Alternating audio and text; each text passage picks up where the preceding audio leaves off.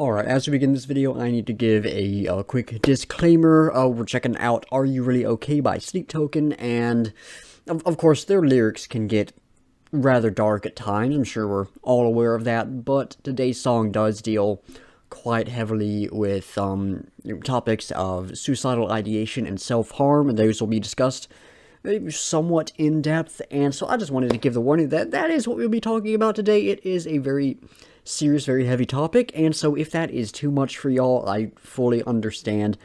Do not worry about skipping past this video if that's something that you're not in a place to not a place to sort of handle right now. There's no shame in that, and yeah, if that is too much for you, then yeah, I understand. If you are able to stick around, though, I hope you do, because it's going to be some great discussion, and I'm sure some great music as well. But with that out of the way, howdy everyone, and welcome back to the Luna Geeks Out channel. And today, as I said, we are checking out Are You Really Okay by Sleep Token.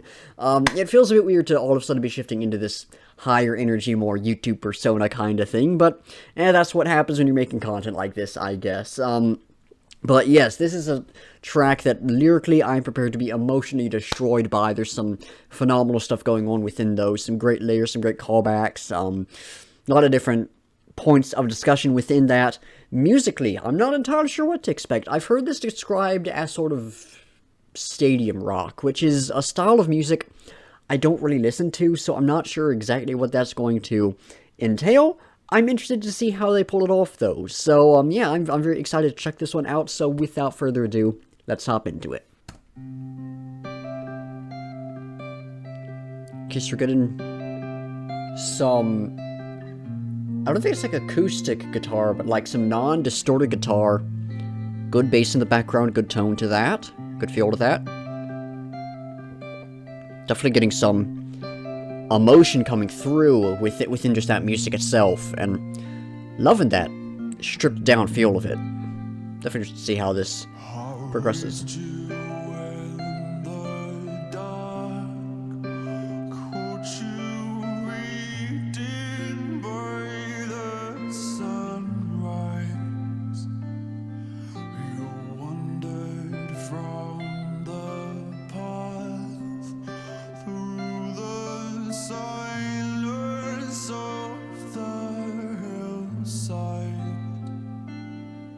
Weird so far, but I'm liking it.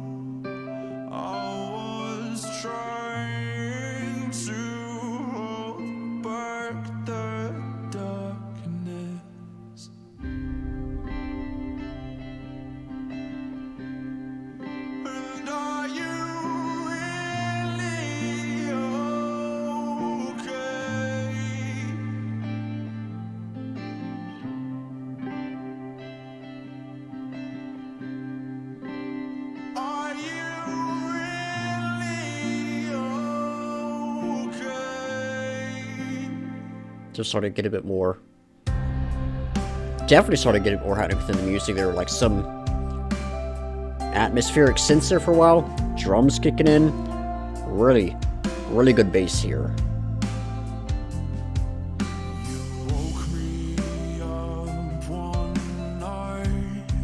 Bit more force in the vocals.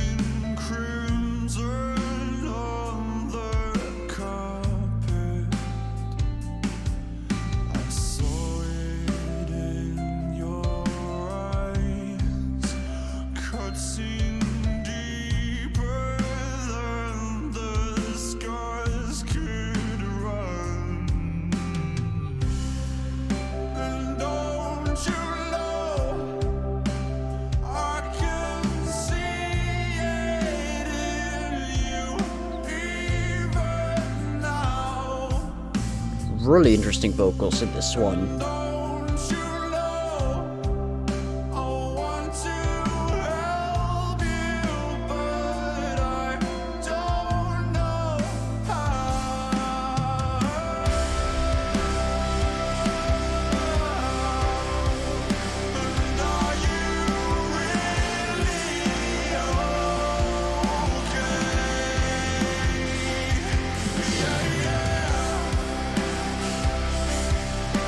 really smooth transition into this heaviness.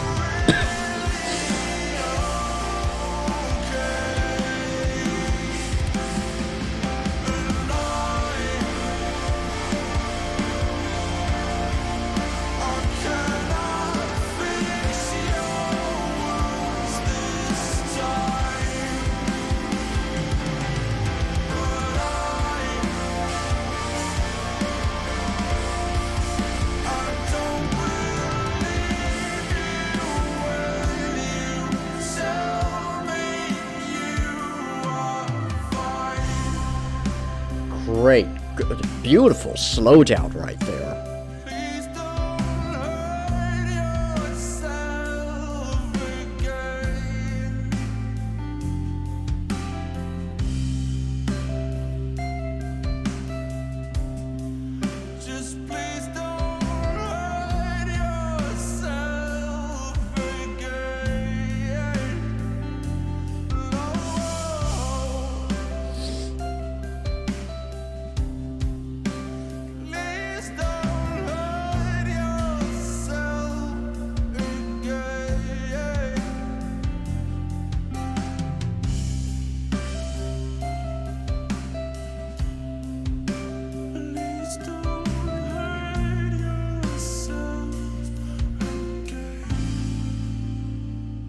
Great final shift in the vocals right there. A bit raw and a bit more, not toned down, a bit more,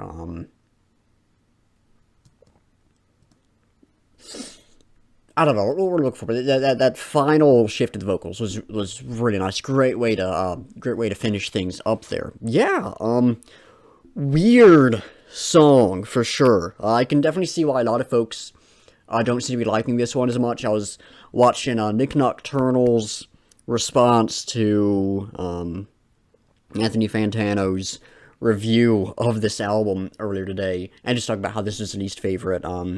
I can definitely see why a lot of folks have that opinion. This one's gonna take some more time, some more listens for me to really get the feel of it, for sure, but I'm already liking it. I'd say it's probably the weakest so far for me, but I don't think it's a bad thing. I think it's just this is the song that's gonna need to take some time to grow on me, you know. Yeah, definitely a lot of great elements in there, which of course we'll dive into later on. But first, we need to discuss the lyrics, which are some powerful stuff. Now, as we start discussing these lyrics... Oh, there we go, my throat cleared up a little bit. As we start discussing these lyrics, I do need to briefly go on... I say briefly, I'm going on a long tangent about the sort of lenses this song can be viewed through, because I think there's different discussions that open up with each one, and I think it's very important to understand through mind reading the lens I'm viewing this through. So let's walk through those, starting off with the most obvious one, and the one I am using. This is Vessel speaking to their past partner, and at this point I should also clarify that I am speaking, of course, of Vessel the character, and not Vessel the person. Those are two separate things. We don't know, how real any of the stuff we see within the story of Sleep Token is, right? I'm sure there's a heavy amount of fictionalization taking place in an attempt to explain more sort of emotional facts of their experience and everything. So what I'm saying here about Vessel and their experiences are not about the actual person, it's about the character. I do need to clarify that, because I do not want to be here making, insinuations and speculations about a real person who, let's be honest, we really don't know that much about. But that's the first and most obvious things you can view this through, is that it is Vessel speaking to and about their past partner. There's not necessarily anything in this song that I see that I really seem like, oh yeah, well that's the big thing to support this. It's just sort of the pattern we've seen with Sleep Token's music, and the pattern I've been following, so it makes the most sense for me to continue following that pattern here.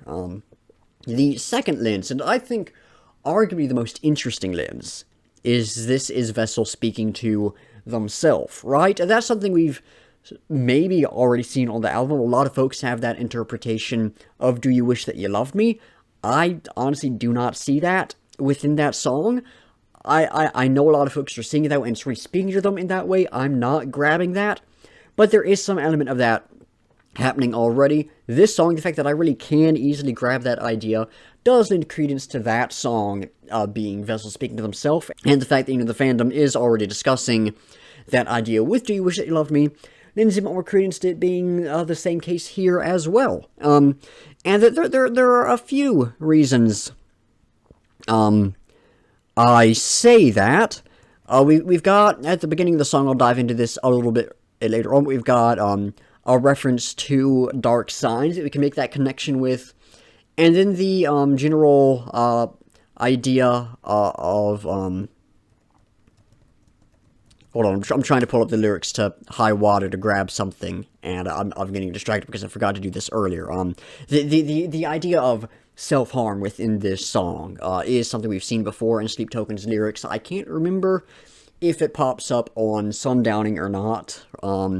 I don't listen to that album quite as much, so I'm not quite as familiar with the lyrics on it, but on This Place Will Become Your Tomb, we have In Atlantic, Bandage Up the Trenches seems to be a reference to cutting, I guess, and the song as a whole is about suicidal ideation and a failed suicide attempt, essentially.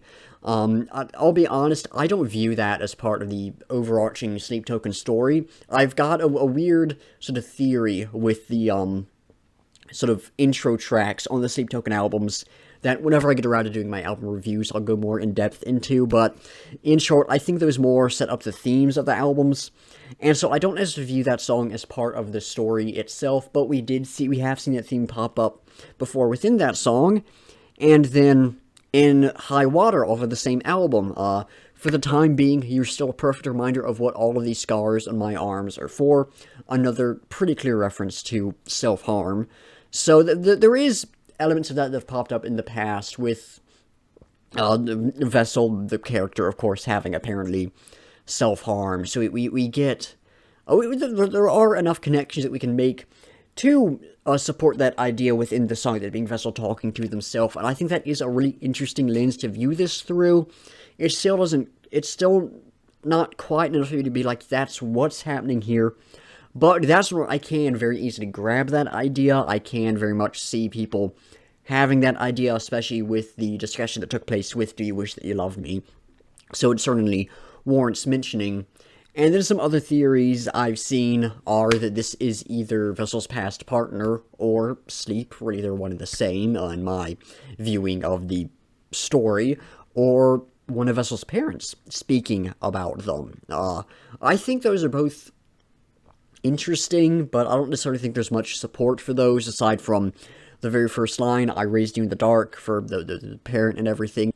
I think they open up some interesting discussion, but just... I don't think there's enough evidence to really back those claims and those lenses up.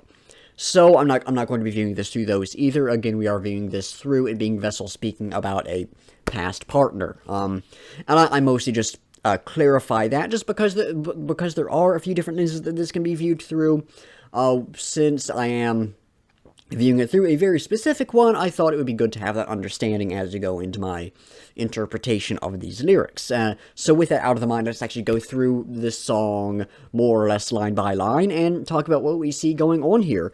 In verse 1, very first line, I raised you in the dark, pretty clear reference to dark signs right there. Where I was raised, there were no street lights, which is the main reason folks are interpreting this as someone talking about Vessel, the idea I've seen there. Moving on from that, caught you reading by the sunrise. So just essentially a juxtaposition there. You wandered from the path through the silence of the hillside. Now, again, we get combined with that juxtaposition between raising the dark, caught you reading by the sunrise, dark versus sunrise. You wandered from the path, this set path, this place the path you're supposed to follow, this place you're supposed to be going away from that. There is some level of biblical imagery there, right? I'd say I would grab some specific element, but unfortunately the actual phrasing of the idea I have is completely gone. Hopefully you'll understand the reference I'm making there. Reminds me a little bit of Pilgrim's Progress. I'm pretty sure there's some, like, proper biblical backing for that, and it's escaping me. But, the thing that gets me with that is this idea of shifting away isn't something that's seen as dark, right? Reading by the sunrise, the silence of the hillside. It paints a sense of almost peacefulness to me, right? Like getting up early to just enjoy reading a good book as the sun comes up. The silence of the hillside, it very much a sense of peace calls to mind times I've been out on a hike and I've just taken the time to just appreciate just the beauty around me and just sit in it for a moment, right? There's a sense of peacefulness in here. So this idea of straying from the path isn't condemned per se, and the reason I bring that up is what I see within this first verse is sort of an explanation of why the subject of the song got to the point that they are.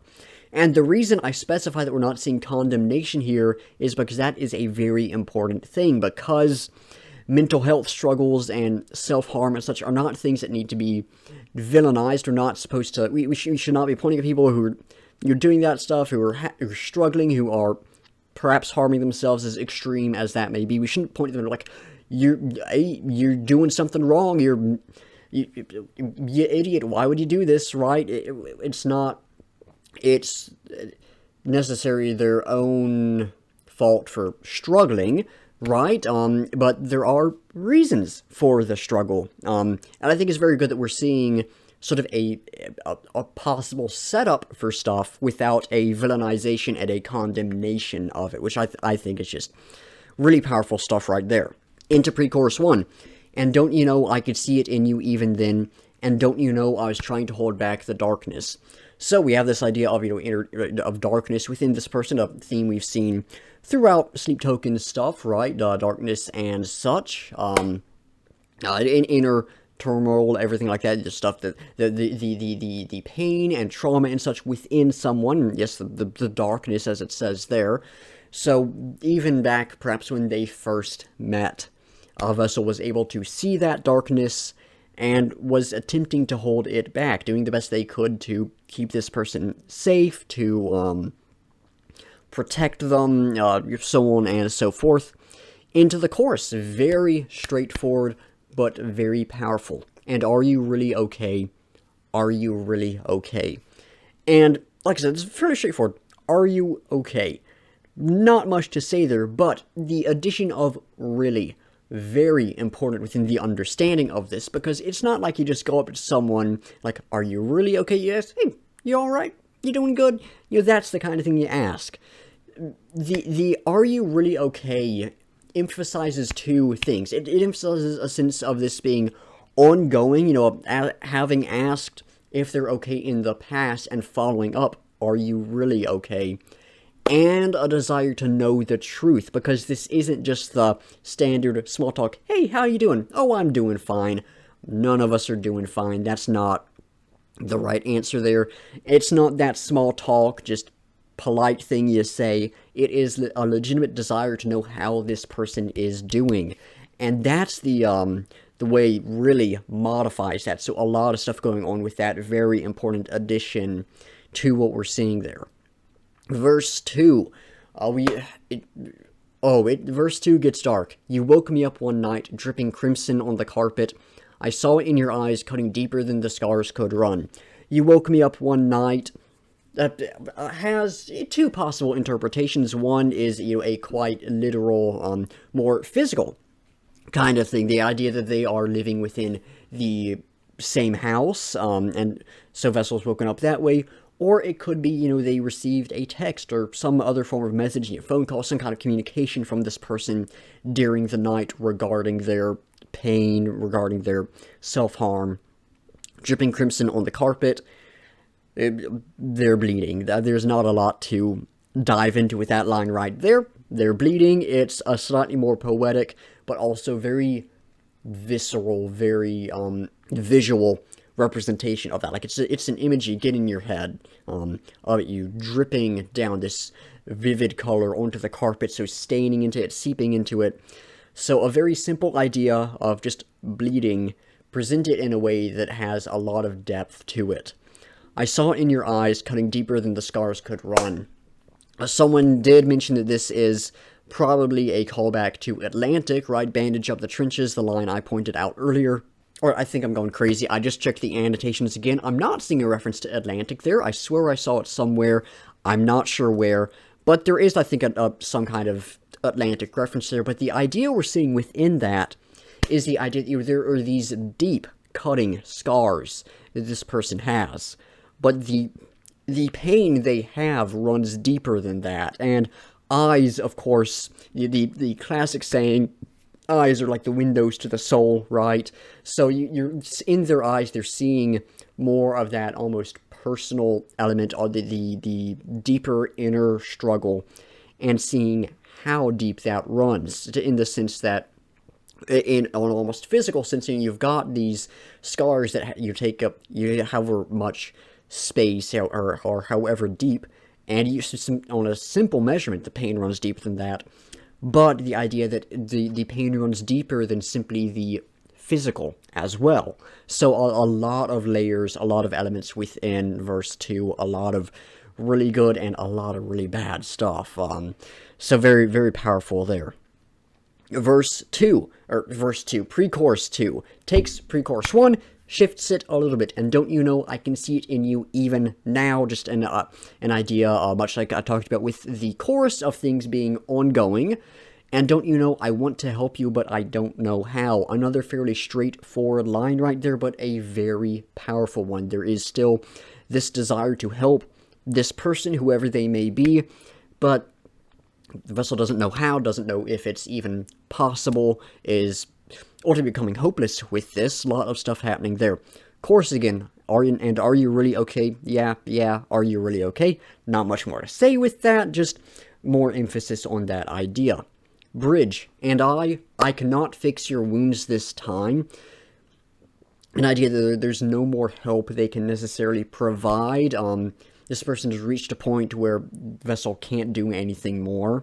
I think just an idea of sort of helplessness and hopelessness that Vessel is expressing. But I don't believe you when you tell me you are fine. So we get this idea going off of, and are you really okay, that the person is still saying, yes, I'm fine. Perhaps the desire to seem fine, perhaps a refusal to accept help, something that I think a lot of us can understand. There's a certain element of self-reliance we all deal with, where we don't want to put our troubles onto other people, we don't want to be a bother, so an element of that going on. Person saying they're fine, the vessel knows the truth, doesn't believe it. And moving into the outro, a very simple outro, just 4 times in slightly varied ways, the idea of please don't hurt yourself again.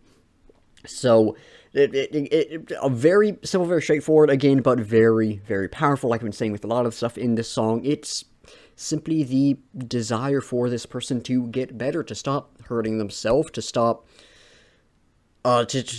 being in pain, essentially. And yeah, like I said, a desire for this person to get better, expressed very simply, but very powerfully. And I think that's just a beautiful way to end this song off, is after all of the pain we see there, just please don't hurt yourself again. Please don't have to go through this again, if you will. So yeah, very, very dark, but very powerful stuff within this song. And I don't have a good segue moving out from that. There's nothing I can say that's not gonna be a smooth transition, gonna make it sound good. So we're just gonna move over to talking about the music now, which was definitely a weird song. Definitely one I'm a little conflicted on, but very good as well. So let's start going through the individual elements. Starting off with the vocals, those were powerful. We had, some of the expected elements are just like some weird little motions and stuff that we've come to love from Vessel, of course, and just some great power, some great layering and such within the vocals. But there were a lot of things that I thought were great here. One was something that we've seen happen a lot with live performances, not quite as much within the studio recordings, where it really does almost sound like Vessel sort of on the verge of tears while singing this one. You can feel that emotion seeping through, and in a sense damaging the performance. I think it elevates the performance, but I mean, I think I'll get what I mean. It takes it away from this sort of perfect performance. It adds texture, it adds depth, it adds feeling to it. And the final section of the song, the final "Please Don't Hurt Yourself Again," where all the different sort of layers of the voice went away, and it was just like that one sort of element of the vocals coming through, if you will, I think was an incredibly powerful way to wrap it up, where it became so much more raw and arguably so much more personal. So yeah, very, very good stuff with the vocals in this song. Yeah, throughout them, very raw, I would say, even if there was a lot of production happening, of course. The guitar, for the most part, fairly stripped back. It sounded like there was not much distortion going on for most of it. It did not sound like acoustic guitar, but certainly more stripped back, if you will. I really liked that. When we got the proper more metal guitar coming in with some, not riffing, but some more heaviness and just some more depth and such to it, I thought that was a really good sort of like emotional release, if you will, a big climax within the song. I thought that was cool. Honestly, I kind of would have preferred this to stay more stripped down the entire time, but I don't think that heavier section necessarily ruined anything. I just don't think it was as necessary as it may be in some other songs, right? Yeah, guitar was good in this one. Not my favorite element, but it was good. The bass, super good. First song of the album where it's really stood out to me first time as a really, really good element with so much great texture within that. Some great power coming in with it. Loved the bass in this song. Drums, utilized not quite as heavily within this track as they have been in some of the other ones on the album. They were really good, though. Much like the bass, there was a lot of power behind them, a lot of great texture, sort of, good tone to them. Really liked the drums in this track. Not as much to say on them, but I really liked them. And then we had some very slight sort of ambient, atmospheric kind of stuff, just some further like texture within the song. Not a lot to say on that, but it really adds some depth to the music. I thought that was really nice. So yeah, all in all, this is very much a track that needs to grow on me a bit. I think this is gonna end up being like the one track of the album that just doesn't quite do it for me when compared with the others. There's been one on every album. Sundowning has Say That You Will, which I just don't think has enough of an interesting twist on the formula to stand out among the others. This Place Will Become Your Tomb has Descending. Mostly, I just don't think it stands out quite as much. I don't think it's quite as interesting, quite as exciting. I like both of those songs, but I'd certainly consider them sort of the weak points of the album. I think this is going to be a similar thing, where I really enjoy the song. It's a powerful one, but I don't like quite as much as the others. Definitely one that I think doesn't need to have to grow on me a little bit, where it's not quite enough of like a weird shift that we got with like Do You Wish That You Loved Me. It's like, okay, there's some stuff happening here. It was different enough to really grab my attention. This was similar stuff we've heard before, and not unique. It wasn't similar enough to be, the classic formula I've come to love, and it wasn't different enough to be something new that was really exciting. It was just kind of there, and so I need to listen to this more to really get a feel for what it's doing. But I did like we got a lot of emotion coming forward with this one, something that has been a little lacking with the songs you've checked out so far. I mean, The Apparition had some great, just sort of sorrow within it. Vor just has some real pain within it. I'd say both Aqua Regia and Do You Wish That You Loved Me are a bit sort of somber, I suppose, a bit melancholic, but this was the first one where, like, the emotion, like, sort of that sorrow, like, in Vor, we had that pain and that anger that was very tangible. Here, we had that sorrow that was very tangible. So great emotion within this song. Some really interesting just musical textures and stuff. So yeah, definitely one that does need to take some time to grow on me, but also one that has a lot of stuff to love with it. So, I think once again, Sleep Token have done something incredible. Certainly speaking on the lyrical and emotional level on this song, it is, I think, one of the best ones I've heard from them in a long time. On more of just the basic musical level, not my favorite, not my least favorite either. It's some good stuff overall. So yeah, I'm definitely gonna have to sit with this one some more, get a full feel for it. But what I have already experienced with this is very good. Is very good. Just it's one of those songs that I am a little conflicted on, which there's always going to be a couple. Like if you're one of those people saying that, like, oh, your favorite band is completely flawless, has never done anything you've had a problem with, you're lying. Sleep Token, I love them. They've done some stuff that just doesn't do it for me. This is one of those times, and, I am a bit sad that it happened here, because I did have some very high hopes for this song, but, I don't know, I think it met them. It just didn't meet them quite in the way I was hoping for, quite in the way I was expecting, and, I'm not so much let down, I just need to, shift my feelings, I suppose. Yeah, all in all, just to reiterate, solid stuff, little mixed, but solid stuff.